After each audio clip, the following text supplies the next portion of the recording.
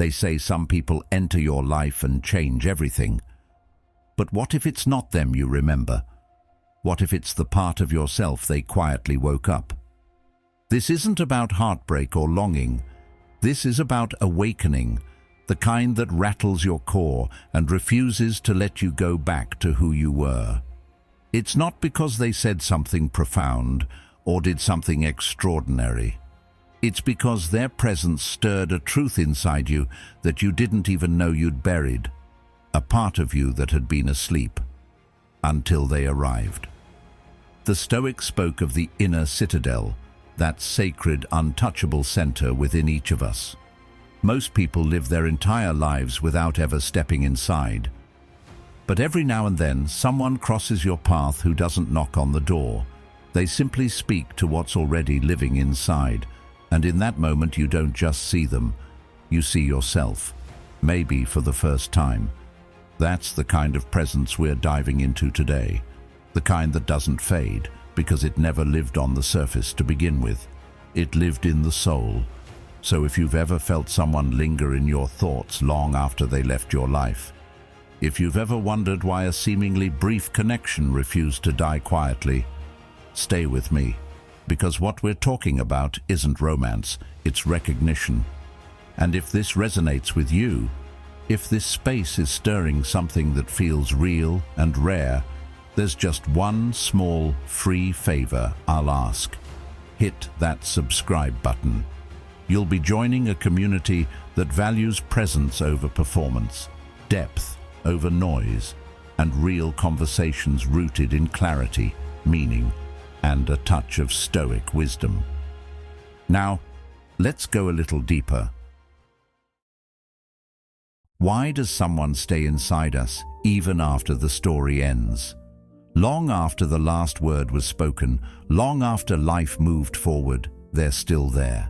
Quietly, invisibly, yet undeniably present. It's not because of a message left unread or a moment that didn't get closure. It's because the connection wasn't made on the surface. You didn't just cross paths with them, you entered something far deeper. Beneath logic, beneath labels, into the space where meaning lives. Carl Jung once described the unconscious as a reservoir, not just of forgotten memories, but of truths that were never fully seen in the first place. And when your presence stirs that reservoir, when you awaken something that had been sleeping for years, you don't just become part of someone's story, you become part of their structure.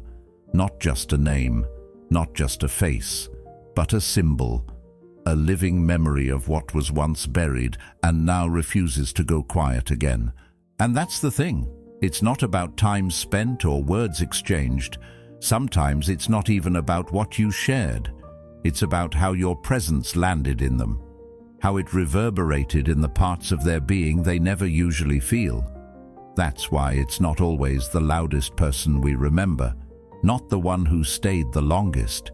It's the one who struck the deepest chord, the one whose silence echoes just as loudly as their words once did.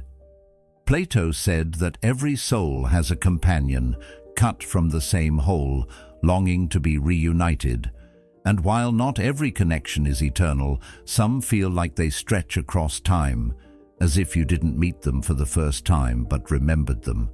That sense of familiarity that makes no sense. The comfort in their presence that requires no explanation. These aren't accidents. They're moments when something ancient recognizes itself in someone else. So when you awaken that feeling in someone, when you reflect something they didn't know they'd hidden, you don't just pass through. You remain. Maybe not physically, maybe not publicly, but emotionally, psychologically, soulfully. Because you weren't just another person to them. You were the one who made them feel like home and disruption at the same time. Socrates once said that the unexamined life is not worth living.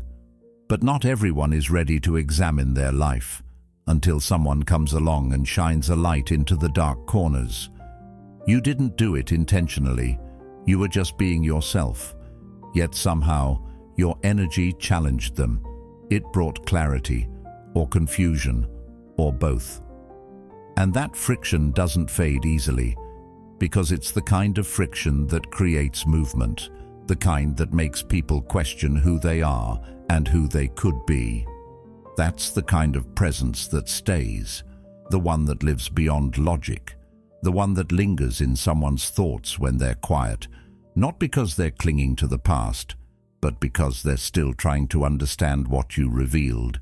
You didn't offer answers, you offered a mirror, a glimpse into a version of themselves they hadn't yet dared to face. Sometimes, knowing yourself doesn't begin with solitude. It begins with someone else. Someone who doesn't just see your surface, but speaks to your depth without even trying. You became that catalyst, not a teacher, not a savior, but a spark. And once the soul has been sparked, it doesn't go back to sleep easily. So even when they're gone, even when you've moved on in different directions, that energy doesn't disappear. Because resonance isn't ruled by distance, it's ruled by memory, by meaning, by the quiet unfolding of something much bigger than words. You became part of their unfolding, part of the journey they didn't know they were on until you crossed their path. And maybe they never tell you, maybe they don't even fully understand it themselves, but something shifted, something moved, and in that movement you became unforgettable, not because you tried to be, but because your presence reached a place they hadn't yet explored, and now that place has a name, yours. This type of connection doesn't come gently. It doesn't ask for permission or wait for the right timing. It slips in unnoticed, like a breeze through a half-open window, and then echoes like thunder across the quiet places inside someone's soul. One moment, they feel steady, composed, in control. The next, they're unsettled, not by chaos, but by clarity, because something in your presence touched a part of them that wasn't prepared to feel. It wasn't your words that moved them. It was what those words carried, the silence between sentences, the way you existed without performing. That's where the shift happened, in the unspoken. The energy they felt in the room with you wasn't loud, but it was undeniable. Something deep stirred. And from that moment, even if everything on the outside looked the same, their inner world had already started to change. You didn't give them ease, you gave them a mirror.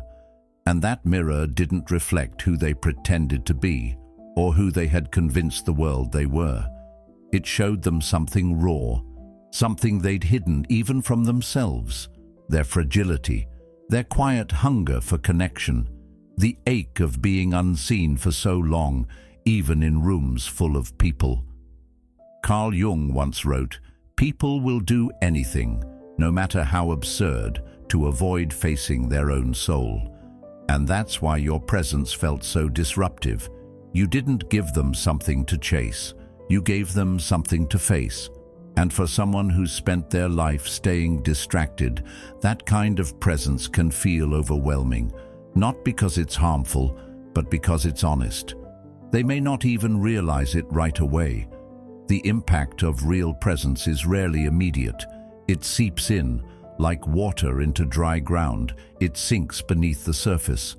And suddenly the things that used to satisfy them don't. The conversations that used to keep them entertained feel hollow. The roles they once played start to feel like costumes, because now they've seen something else, something deeper, and you were the one who held up the lens.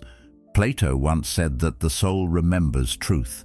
It doesn't learn it, it remembers. That's what your energy did. It reminded them, not of you necessarily, but of a version of themselves they hadn't felt in a long time, the one before the layers, before the performance, before the armor. That memory is what lingers. That feeling is what won't let them rest. You didn't do this through intensity or force. You did it simply by being. And in that being, they were confronted with their own emptiness, not as judgment, but as invitation to slow down, to look in, to reconnect. Aristotle believed that knowing yourself is the beginning of all wisdom, but very few people are brave enough to begin until someone comes along and unknowingly holds up the first piece of the puzzle. That's why your presence stayed. That's why they can't forget, because it wasn't just emotional, it was transformational. And the soul doesn't let go of the things that wake it up. It doesn't care whether it's convenient or logical or easy to explain. It holds on to the people, the moments, the energies that cracked it open, even just a little.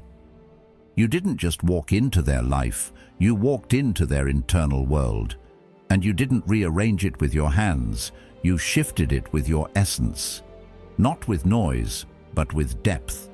Not with promises, but with reflection. And once someone sees who they really are in your eyes, it's nearly impossible for them to go back to who they were. Even if they try to forget, even if they pretend it didn't matter. Something changed, and deep down, they know it, because in your presence, they didn't feel like they had to explain themselves. They just were. And that kind of safety, that kind of resonance, it stays quietly, persistently, because once you've been seen, really seen, it's hard to unfeel it. And once someone has seen themselves through you, it's even harder to forget. They'll try to explain it away, tell themselves it was a passing feeling, something they imagined or misread. They might even say it out loud, with confidence, as if repetition makes it true. But the soul isn't concerned with explanations. It doesn't operate through reason or logic, it operates through recognition. And once something is seen, it can't be unseen. You didn't just enter their life, you entered their awareness. And what you touched wasn't their mind, but something far more sacred and far more sensitive. You didn't complete them. That's the mistake people often make, thinking deep connection is about filling a void. But what really happened is this. You exposed the void. You didn't fix it or heal it. You revealed it. And that's why your presence mattered so much. Because in you, they saw the outline of something they hadn't known they were missing. Not a person, not a relationship, but a piece of themselves. The piece they've avoided, the one they've spent years distracting themselves from. That realization doesn't always bring people closer. Sometimes it pushes them away, because real truth, the kind that doesn't flatter the ego, the kind that invites real change, is terrifying. It's not gentle, it shakes things, and that shaking isn't always welcome, especially for someone who's built a stable life on top of unspoken stories, hidden fears, and well-rehearsed roles. When you arrive and stir that stillness, the initial response isn't always gratitude. Often it's retreat. When someone runs after feeling something deep with you, they're not running from you. They're running from the mirror you held up, from the sudden awareness that they are not as finished, as composed, as whole as they believed themselves to be. You didn't create that gap. You simply revealed it. And that revelation, it lingers. It follows them, not as an obsession, but as a quiet voice that starts speaking in moments they used to enjoy without question. Now even peace feels different. Something's been moved, dislodged. And while they might try to go back to how things were, the soul doesn't operate like a switch that can be turned off. It wants what it felt again, not you necessarily, but the state you awakened, the clarity, the ache, the truth. But knowing yourself isn't always peaceful. Sometimes it begins with crisis, with contradiction, with the sudden presence of someone who disrupts everything you thought you had figured out. That's what you were. Not an answer, a question. And questions that matter are rarely easy to sit with. They may silence you, block you, avoid places where they might run into your name or your voice, or even the thought of you. But avoidance is never healing. It's only postponement, because eventually they will come back to what was stirred. The soul doesn't forget what cracked it open. It doesn't let you pretend it never happened. So if they pulled away, If they vanished, if they made you feel like your depth was too much, it wasn't. It was exactly what their soul needed. But what the soul needs and what the mind is ready for are rarely the same. That's not on you. That's their journey. And maybe one day they'll return, not for closure, not to rewind, but because they finally arrived at the place where they can face what they saw in you, and more importantly, what they saw in themselves because of you. Socrates believed that an unexamined life is not worth living, but examining one's life requires courage. Most aren't ready until something or someone shows up and makes it impossible to avoid. That someone might have been you. And that kind of presence doesn't disappear with distance. It lives on, quietly shaping them from the inside out. In Jungian psychology, the psyche doesn't speak in words. It speaks in symbols, feelings, images, dreams, and patterns that the conscious mind often ignores. That's where you live now. Not as a name or a face, but as a symbol in their inner world. You became more than a person. You became a presence, something they carry, even in your absence. They won't always understand it. They may not even notice it at first, but suddenly you're there, showing up in ways that seem completely unrelated to you, in the lyrics of a song they didn't choose, in the scent of a place you've never stepped foot in moments of stillness that feel familiar for reasons they can't explain. That's not coincidence. That's how the unconscious tries to process what the mind can't make sense of. You didn't leave a memory. You left a myth, a symbol of something deeper, of something unspoken that their soul wasn't ready to name. And the strange part, the more they resist it, the stronger it becomes. Jung said, "What you resist not only persists, but will grow in size." The energy of your presence doesn't shrink just because they try to forget.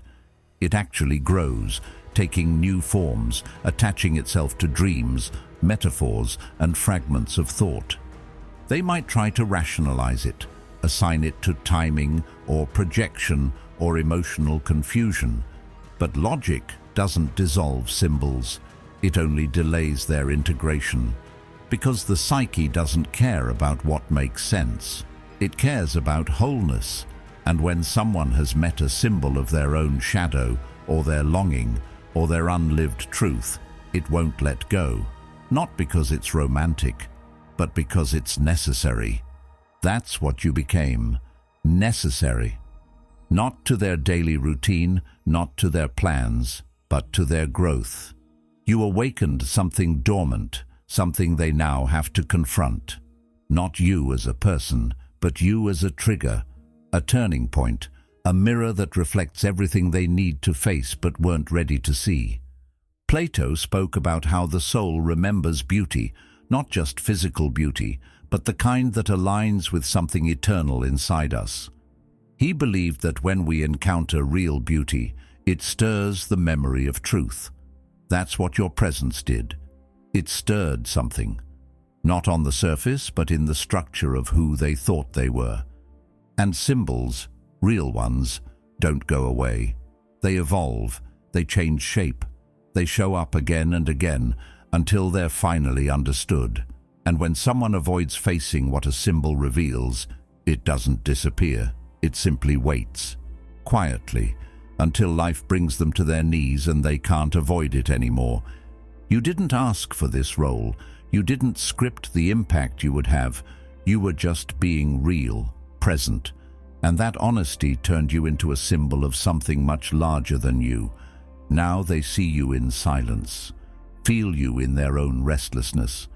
And maybe they won't admit it. Maybe they'll never say a word. But their soul already knows. You became part of their unfolding, not because of desire, but because of necessity. And that's the kind of presence that doesn't fade. It transforms. It digs roots in the unconscious. Because once a symbol has been born in someone's psyche, it becomes part of their personal myth. And myths don't vanish. They're lived, they're wrestled with. and eventually they're integrated. As Carl Jung once said, the privilege of a lifetime is to become who you truly are. And sometimes that journey begins with someone who didn't come to stay, but came to awaken. Have you ever tried to forget someone, only to feel them even more vividly the more you tried to push them away? You distract yourself, fill your days with noise, surround yourself with new faces, but there they are, still showing up in the quiet moments. Not because you want them there, but because something in you remembers. Not just the person, but the shift they caused. That's what happens when a connection moves past the surface and touches something much deeper. It becomes more than a memory. It becomes part of you. That's the thing about real energetic connection. It doesn't ask for permission. It doesn't obey the rules of logic or time. Carl Jung once said, "The meeting of two personalities is like the contact of two chemical substances. If there is any reaction, both are transformed." That transformation doesn't always look like a relationship. Sometimes it looks like a question that won't stop repeating itself inside your mind, a strange mix of longing and clarity, of absence that still feels alive. Soul energy doesn't respond to commands. You can't force it to shut down just because you've decided it's inconvenient. It doesn't follow your plans. It follows the deeper structure of your being. And when someone has entered that space, they don't just pass through. They imprint. They integrate. They become part of your internal landscape, the way a melody lingers after the music ends. You may go on with your life. You might not speak to them again. You might even convince yourself you've moved on. But inside, something still orbits the presence of what they represented. Not the surface traits, not their smile, not their voice, but the energy that came with them. The feeling they awakened in you. That's what sticks. Not affection, but activation. Plato once described this kind of resonance as the soul's memory of wholeness. He believed that when we recognize something powerful in another person, it's not because we're meeting them for the first time, but because our soul remembers them from somewhere far deeper than this moment. That familiarity, the strange kind that makes no sense yet feels undeniable, isn't accidental. It's a signal that something meaningful has occurred. And the most surprising part? That connection might not even have been dramatic. It may not have been full of intensity or fireworks. Sometimes it's subtle, a conversation that felt too short, a presence that lingered longer than it should have. But even in its simplicity, it left a mark. Because what they awakened in you wasn't about them. It was about a part of yourself you hadn't been in touch with. That's the real story. It's not just about missing someone, it's about what they revealed. And when someone reveals a truth about you, when their presence pulls you closer to something honest and raw inside yourself, that's not easily erased. Not because you're holding on, but because what they stirred continues to grow. The transformation they began in you keeps unfolding even without them there. Aristotle said that we are what we repeatedly do.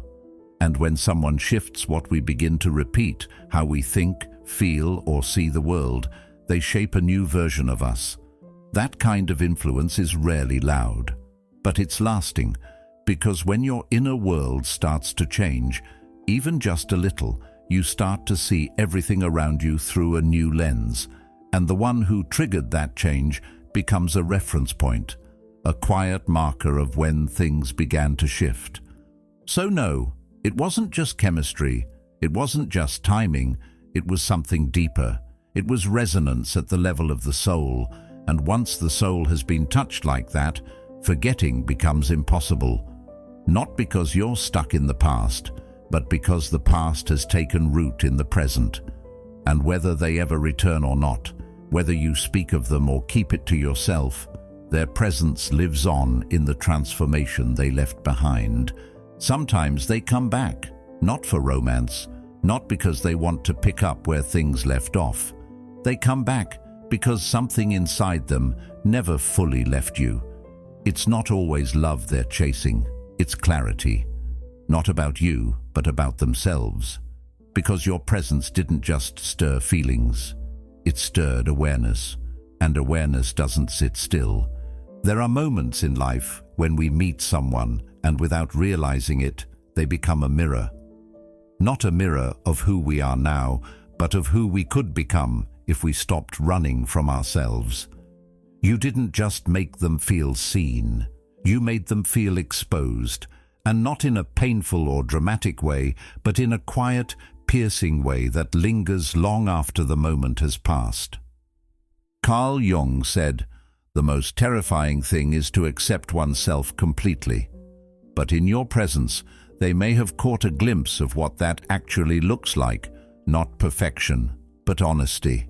A kind of emotional nakedness they weren't used to, and when someone has spent years building layers to survive, layers of logic, strength, detachment, meeting someone who cuts straight through that can feel both jarring and magnetic, they might have walked away, disappeared without a proper reason, or closed the door before they could fully understand why they opened it in the first place.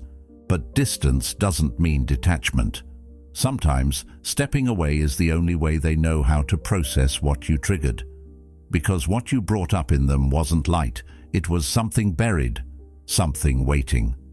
Plato believed that learning is a process of remembering, that the soul already knows, and we simply awaken that knowing. That's what your presence did. It didn't teach them something new. It helped them remember something real, a deeper layer of themselves, one they had long forgotten how to access. And that memory now echoes inside them, not always with joy, sometimes with discomfort, but it echoes. So when they return, if they do, it's not always with the language you expect. It may not sound like apologies or clear confessions. Sometimes it looks like hesitation, a quiet message, a vague check-in.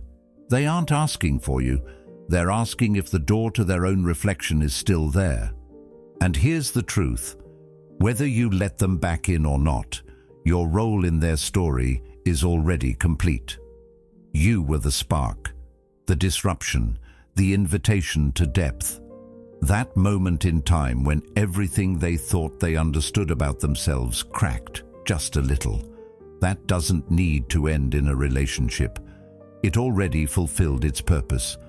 Aristotle said that the energy of the mind is the essence of life. And sometimes your energy wakes something in someone that their mind had kept locked away. You didn't push, you didn't try to change them, you simply showed up as you were. And that was enough to shift their emotional architecture. Now, they're left with the weight of what they felt and the realization that they can't unfeel it. They may never find the words for it, but they'll carry it. In how they move through new connections, in what they start to seek, in what they no longer tolerate. Because once someone has experienced a connection that cuts to the soul, surface level won't satisfy anymore. And whether they find their way back to you or not, the truth remains. You left them better than you found them. Not because you saved them, but because you reminded them there was something inside worth saving. Something raw, something honest, something real. Some connections don't come to stay. They come to awaken. And once they do, nothing inside us stays the same. If this stirred something in you, there's a reason. Let it unfold. Let it lead you deeper. There's another video on the screen now that I think your soul is ready for. Take your time, but don't ignore the pull. Thank you for being here and for being part of Stoic Journal. We'll meet again when the moment calls for it.